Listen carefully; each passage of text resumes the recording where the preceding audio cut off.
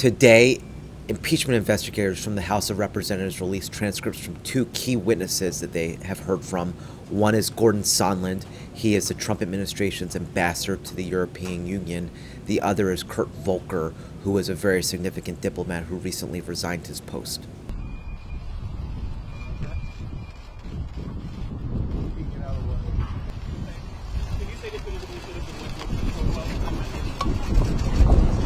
Why was it important for you to show up today?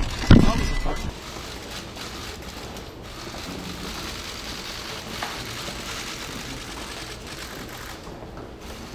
The most important thing that we learned is that Gordon Sondland very recently revised in a significant way the testimony that he gave to the House. His attorneys supplied the House with a new 3-page document. It's a sworn statement from Gordon Sondland in which he significantly changes his account, and he says he did so based on the opening statements of two additional witnesses. He said after reading those statements, his recollection was refreshed, and he recognized and remembered new details that he previously was unaware of or had not remembered. I am free, and I won't forget the men who died. And it's not just correcting it or revising it in a peripheral way. What we're really seeing today is Gordon Sondland saying, no, I too was troubled by what was happening, and I want to make sure that that's clear for the record, that even as these other witnesses are expressing their concerns, you should know that I have my own concerns, and in fact, I was aware by September that there was an untoward and improper link that was taking place between the military aid and this public pledge to investigate corruption.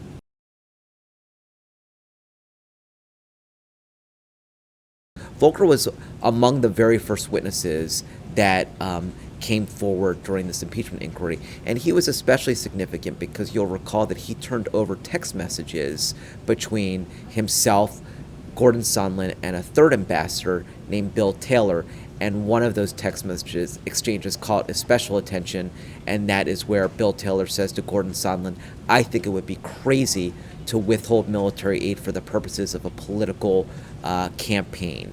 And Sondland then replies, there's no quid pro quo, and the president has been very clear about his intentions, and we have learned now from Sondland's own testimony that he was relying on the president and the president's assertion that there was no quid pro quo when he sent that text back to Bill Taylor.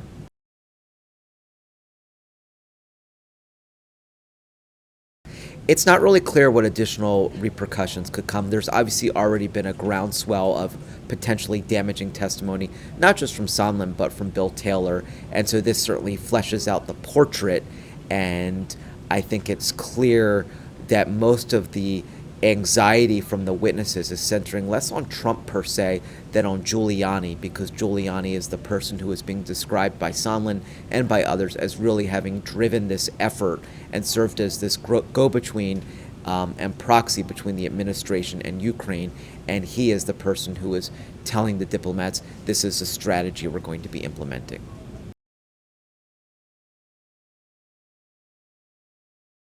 Part of releasing the transcripts, part of what that does is some of what we've been hearing from House Republicans is complaints about the secretive nature, but now once you have the transcripts and they're fully unredacted transcripts, they're out there for the world to see both the questions and the answers. So I think the Democrats are hoping, look, this should go a long way towards alleviating your concerns about the way we're doing this, because you can see the questions, and this isn't just a matter of leaking out select information. You can actually see the full portrait.